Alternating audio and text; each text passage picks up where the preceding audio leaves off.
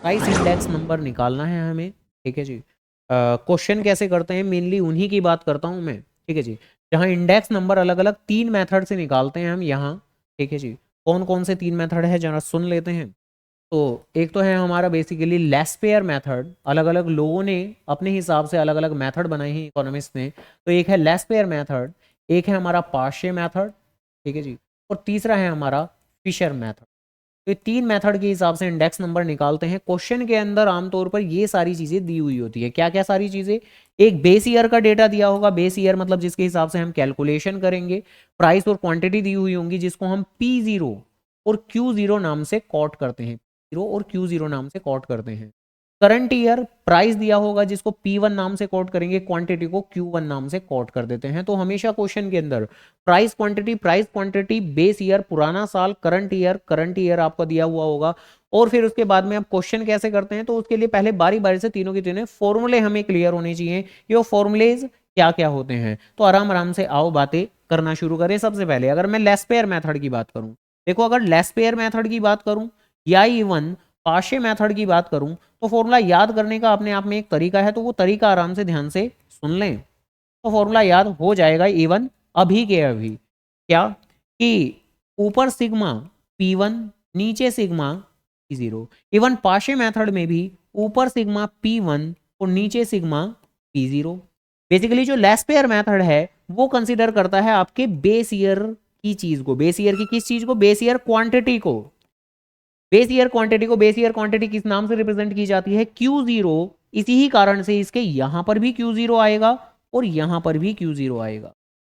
जबकि ये जो पाशे मेथड है ये कंसीडर करता है आपकी करंट ईयर क्वांटिटी को, दैट मींस Q1 को। यानी इसके यहां पर भी क्या आएगा? Q1। और इसके यहां पर भी क्या आएगा? Q1। और ये इंडेक्स नंबर के फॉर्मूले में हमेशा 100 आता है, तो यहां पर 100 और यहां पर 100 ऐसे करके चीजें हो जाएंगी, ठीक है जी। तो ये तो बात हुई फॉर्मूले की।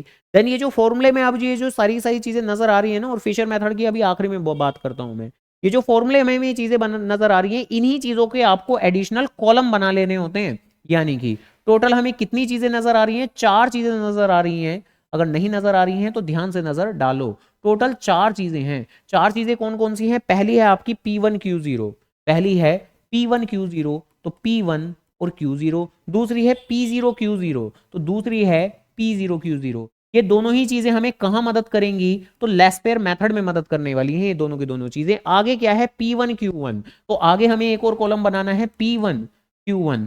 और कौन सा कॉलम बनाना है? P0 Q1। तो और कौन सा कॉलम बनाना है? P0 Q1। ये दोनों ही चीजें हमें कहाँ मदद करेंगी? पाशे मेथड में मदद करेंगी। और अब क्या करना है? कुछ नहीं, मल्टीप्लाई करना है। मल्टीप्लाई जो जो दिख रहा है मल्टीप्लाई करते जाएंगे। यानी कि क्या करना है? तो P1 Q0, तो P1 Q0 बस यहां पर इस बात का ध्यान रखना है कि जब कॉलम की मल्टीप्लाई कर रहे हैं तो थोड़ा सा ध्यान रखना है। तो इसलिए मैं तो कहता हूं भाई फिलहाल तो ये तो डिजिटल बोर्ड है, कैसे मैं फिंगर रखूं इतनी बड़ी बड़ी, बट जब हम कॉपी पे करते हैं तो अलग अलग जो भी आप कॉलम कंसिडर कर रहे हो तो उनके ऊपर फिंगर रखकर कैलकुलेशन करें कि भाई मैं फिलहाल ये वाला कॉलम हम ले रहे हैं, तो उसके ऊपर एक फिंगर एक कॉलम पे, दूसरी फिंगर दूसरे कॉलम पे, जिससे कि गलत कॉलम हम पिक ना करें। तो P1 Q0 दैट मीन्स आपको ये वाला प्राइस का कॉलम लेना है और ये वाली क्वांटिटी का कॉलम लेना है। तो ये दोनों दोनों कॉलम लेने हैं। तो 12 3 जा 36, तो 360 हो जाएगा। देन ये दोनों 150 हो जाएगा। देन आगे 120, आगे 60, ठीक है जी। और ऑब्वियसली आखिरी में इसका टोटल भी करेंगे हम, क्योंकि यहां हमें टोटल ही चाहिए, ठीक है जी। P0 Q0, जरा ध्यान से P0 Q0, ये जो दोनों के दोनों पास में कॉलम नजर आ रही हैं इन दोनों की आपस में मल्टीप्लाई करना है। जब कॉपी में करोगे तब तो ऐसे फिंगर रखकर करना है जरूर, ठीक है जी। तो ये हो जाएगा मेरा कितना? 300। देन आगे 15 8 जा, एक बार याद नहीं है हमें? याद है, बहुत बढ़िया। खैर आगे 6 2 जा, यहां पर भी हो जाएगा हमारा 120। देन आगे 40, ठीक है जी। और यहां पर भी टोटल करेंगे हम लोग। देन आगे P1 Q1। अब P1 Q1 यानी कि ये दोनों के दोनों कॉलम, तो ये भी आसपास के कॉलम है, कोई खास दिक्कत नहीं होगी। तो 12 5 जा 60, तो एक जीरो एक्स्ट्रा आएगी। यहां पर होगा 250। देन यहाँ 6 3 जा 18, तो 180। और यहाँ 120, ठीक है जी। आखिरी कॉलम P0 Q1। अब P0 Q1 को जरा संभल के करना होता है, क्योंकि P0 और Q1, बिल्कुल मतलब आउटर वाले कॉलम ये दोनों के दोनों मुझे कंसिडर करने हैं, तो कहीं कोई गलत कॉलम ना उठाएं। तो यहां से 10 और यहां से 50, कितना हुआ 500। ऐसे ही यहां से 8 और यहां से 25, 25 8 जा, हाँ ऐसे ही यहां से 6 और यहां से 30, 180। ठीक है जी, और अब आगे 4 और ये तो 80। और बस अब क्या करना है, इन सभी कॉलम का टोटल कर लेना है। आओ जरा टोटल करें, कितना कितना आएगा बताओ। नो ये लो जीरो, ये ऐसे ही करते हैं। 6 5 11 2 ये कितने मेरे 13 और 6 19, 1 हमारा कैरी हुआ। तो 690। ऐसे ही यहाँ पर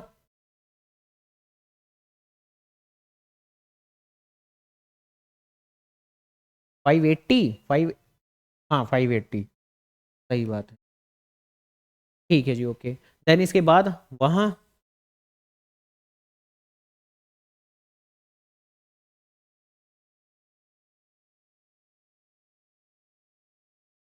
इन दोनों को जोड़ो, बताओ कितना आ रहे हैं।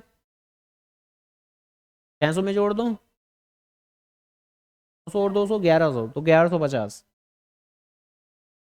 ठीक है जी, खैर यहाँ 500 और 200 700, 700 और एक 800, और ये दोनों मिला के बन जाएंगे 160 रुपये। तो बस कितना हुआ 960।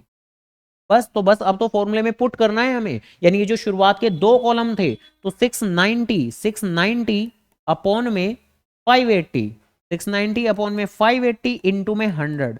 अब ऑब्वियसली अगेन डेसिमल में कैलकुलेशंस हैं, करना चाहें तो करें, नहीं तो पेपर में छोड़ दें, दूसरे क्वेश्चन अटेम्प्ट करें। अगर टाइम करने में ज़्यादा जा रहा है तो आपका आधा नंबर ही कटेगा। अगर पूरी टेबल आपकी करेक्ट है, फॉर्मूला आपने सही तरह से लिखा है, पुटिंग भी सही तरीके से की है, आधा नंबर कटेगा इन चीज़ों का सिर्फ और सिर्फ। ठीक है जी, यहाँ आगे 1150 अपॉन में 960 और इंटू 100। तो यहाँ पर भी, इसमें भी आगे कैलकुलेशन कर सकते हैं। अगली और आखिरी बात कौन सी, फिशर मेथड। क्या करते हैं फिशर मेथड में, तो जरा आराम से, फिशर मेथड का जो फॉर्मूला है वो बेसिकली क्या है। फिशर मेथड का फॉर्मूला जरूर लिखें एग्जाम के अंदर, क्या है वो। तो अंडर रूट के अंदर इन दोनों को मिक्स करना है। किन दोनों को मिक्स करना है, लेस पेयर और पैशे को। इवन शॉर्ट के अंदर तो ऐसे भी बोला जाता है कि फिशर क्या है, फिशर है L into P. L into P मतलब लेस पेयर इंटू पैशे, यानी कि फॉर्मूले के तौर पर लिखा जाता है ये P1 Q0, यानी वही लेस पेयर का पहले P0 Q0, और फिर पैशे का क्या होगा P1 Q1 अपॉन में P0 Q1, और आखिरी में इंटू 100 तो कर देंगे। तो ये हमारा फॉर्मूला हुआ। और ऑब्वियसली इसमें वैल्यू कहां से पुट करेंगे, जो इसका आंसर आया गंदा बुंदा सा, जो इसका आंसर आया डेसिमल्स का, उनको लिखेंगे, मल्टीप्लाई करेंगे, एक बड़ा सा भारी भरकम डेसिमल का नंबर आएगा, फिर उसका स्क्वायर रूट करेंगे, जो करने में बच्चे को इंटरेस्ट नहीं दिखाते हैं आमतौर पर। तो कुल मिला के इन दोनों का जो भी इंडिविजुअल आंसर आया है, दोनों को मल्टीप्लाई करके उसका स्क्वायर रूट करके बाय डिवीजन मेथड, और फिर आखिरी में मल्टीप्लाई बाय 100 करके फाइनल आंसर आता है। बट ठीक है, फिर से एक बार फिर एग्जाम के हिसाब से तो भाई आप ये टेबल कंप्लीट करें, ये एडिशनल कॉलम सही तरीके से बनाएं, टोटल करें, फॉर्मूले लिखें, फॉर्मूले के अंदर डेटा पुट कर दें, इतना काम कर दें पेपर के अंदर। आंसर नहीं भी निकालें तो भी कोई दिक्कत नहीं है, आधा ही नंबर कटेगा आपका। परफेक्शन चाहते हैं तो कर सकते हैं। ठीक है जी, फिर मेहनत लगेगी। ठीक है, तो बस इतनी सी बात है।